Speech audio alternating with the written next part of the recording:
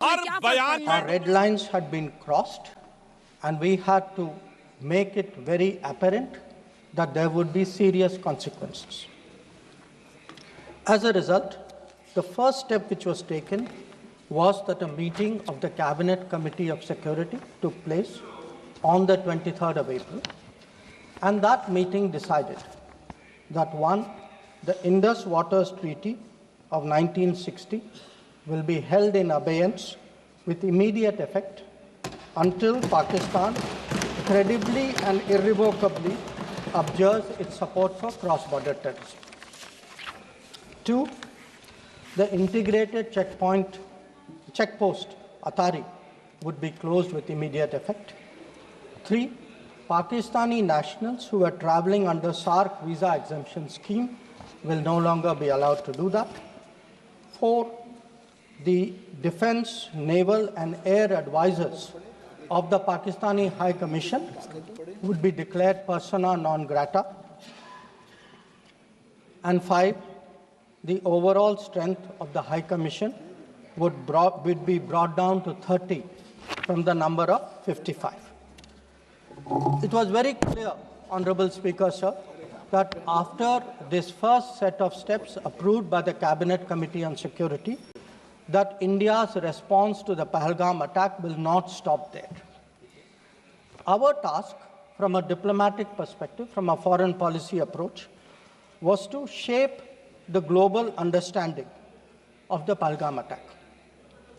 What we tried to do was to bring out to the international community Pakistan's long-standing use of cross-border terrorism. We highlighted the history of terrorism in Pakistan and how this particular attack was meant to target the economy of Jammu and Kashmir and to sow communal discord among the people of India. Our messages were two. One, zero tolerance of terrorism, and two, the right to defend our people against terrorism. So all the interactions we did, the diplomatic briefings, we called all the embassies for briefings. We interacted with the media. All of this was aimed at these two objectives: zero tolerance of terrorism and the right to defend ourselves, right to defend the people of India against cross-border terrorism. Now, the focus for our diplomacy was understandably the UN Security Council. And Honorable Speaker, sir, the challenge for us was that at this particular point, Pakistan is a member of the Security Council. We are not. So we had to achieve our objectives in a Security Council where Pakistan is a member. Now, our goals in the Security Council were two. One, to get an endorsement from the Security Council of the need for accountability, and two, to bring to justice those who perpetrated this attack. And I am glad to say, Speaker, sir, and I hope that this is appreciated and recognized by the House. If you look at the Security Council statement of 25 April, the members of the Security Council condemned in the strongest terms the terrorist attack. They affirmed terrorism in all its forms and manifestations constitute one of the most serious threats to international peace and security. And most important, the Council underlined the need to hold the perpetrators, organizers, financiers, and sponsors of this reprehensible act of terrorism accountable and bring them to justice. I highlight this, Speaker, sir, because this statement of the UN Security Council resonated throughout the international community. So when many honorable members asked today, where was the world on Pahalgam? I think the answer is there. The answer is there in a Security Council statement which says hold them accountable, bring them to justice, and that is exactly what we did through Operation Sindoor. Now, I also want, Honorable Speaker, sir, through you, to bring to the attention of the House a very interesting development pertaining to the TRF, the Resistance Front. When the Security Council was debating this on the 25th of April, and TRF had twice claimed responsibility for the Pahalgam attack, Pakistan defended the TRF.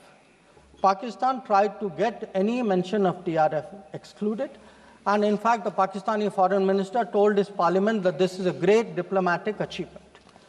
Now, I mention it because today, again, thanks to our diplomacy, the TRF has been designated as a global terrorist organization by the US government, and the same Pakistani foreign minister who took so much pride saying, I defended the TRF, says, well, now if the US has done this, we accept it.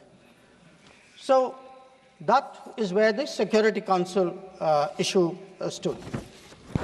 If I could then, sir, move on to the diplomacy from 25th of April till the commencement of Operation Sindoor. During this period, there were obviously a number of phone calls, a number of conversations. At my level, there were 27 calls. At Prime Minister, I think almost 20 calls. About 35, 40 letters of support came in. And what we tried to do was to create a narrative, prepare the diplomacy for the launch of Operation Sindoor. And the result of that diplomacy, Honorable Speaker, sir, there are 193 nations of the members of the United Nations. 193. Only 3, apart from Pakistan, opposed Operation Sindoor. Only 3. If you look through this period, and I would be very happy to share with the House the exact positions of various governments, overwhelmingly, there was recognition that terrorism is unacceptable, that a country which has been attacked has a right to defend itself, and that India was doing exactly that. Now, when Operation Sindoor was launched, we spelled out our objectives. There was a statement, Honorable Raksha Mantri ji referred to it in his statement, where we put out for the benefit of our own people, for the international community, that Operation Sindoor was hitting the terrorist infrastructure in Pakistan and Pakistan-occupied Jammu and Kashmir, from where terrorist attacks had been planned and launched. We highlighted that 9 sites had been targeted, and we said that our actions are focused, measured, and non-escalatory in nature.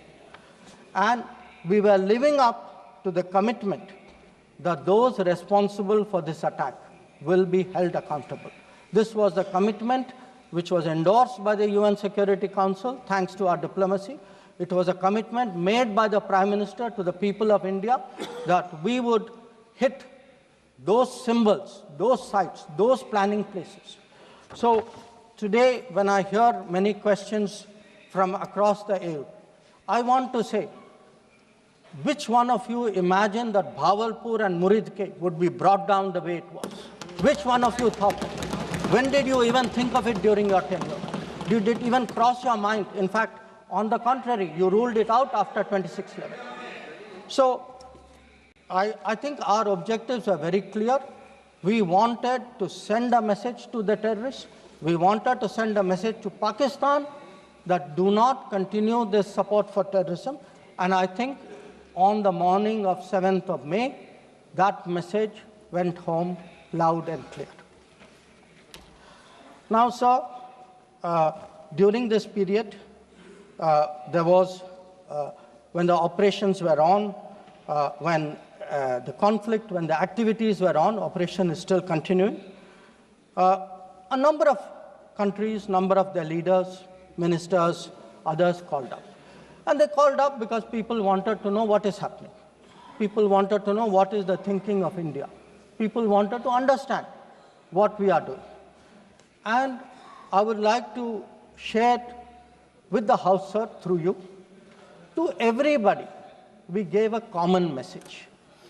The common message was India is exercising its right to defend itself against terrorism.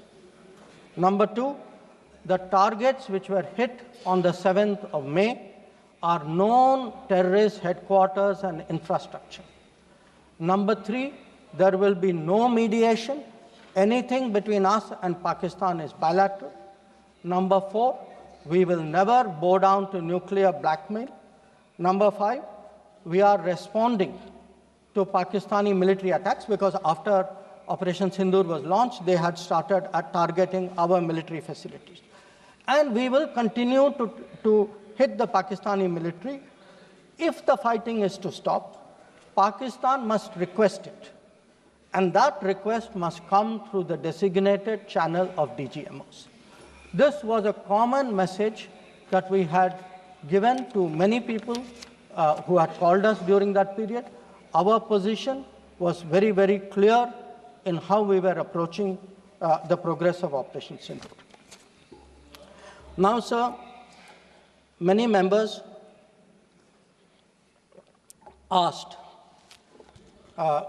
some out of genuine curiosity, some perhaps less, what was the international support? How much international understanding was there of India's position? I would like to share with you a sample. So let me start with countries who are known to be partners of India. Quad. Quad gave a statement which says the Quad unequivocally condemns all acts of terrorism and violent extremism in all its forms and manifestations, including cross-border terrorism. We condemn in strongest terms the terrorist attacks in Pahalgam on 22 April and call for perpetrators, organizers, and financiers of this reprehensible act to be brought to justice without any delay. Now, sir, this is the Quad. Now, let us look at a different grouping, BRICS. Now, BRICS has China as a member, Russia as a member, it has Iran as a member, Brazil, South Africa, Egypt. BRICS also condemned the April 22 attack. It reaffirmed its commitment to combating terrorism, again including cross-border terrorism. Now, I would like members of this House to understand, if India is attacked, if there is a terrorist attack on India and a country says we condemn cross-border terrorism, I think it is obvious to everybody what that cross-border terrorism is. So, I then move on, sir, to the Central Asia. The Central Asian countries opposed providing safe haven using terrorist proxies for cross-border terrorism, for terror financing. Now, I can cite statements from the Indian Ocean Rim Association, from individual countries, range of them.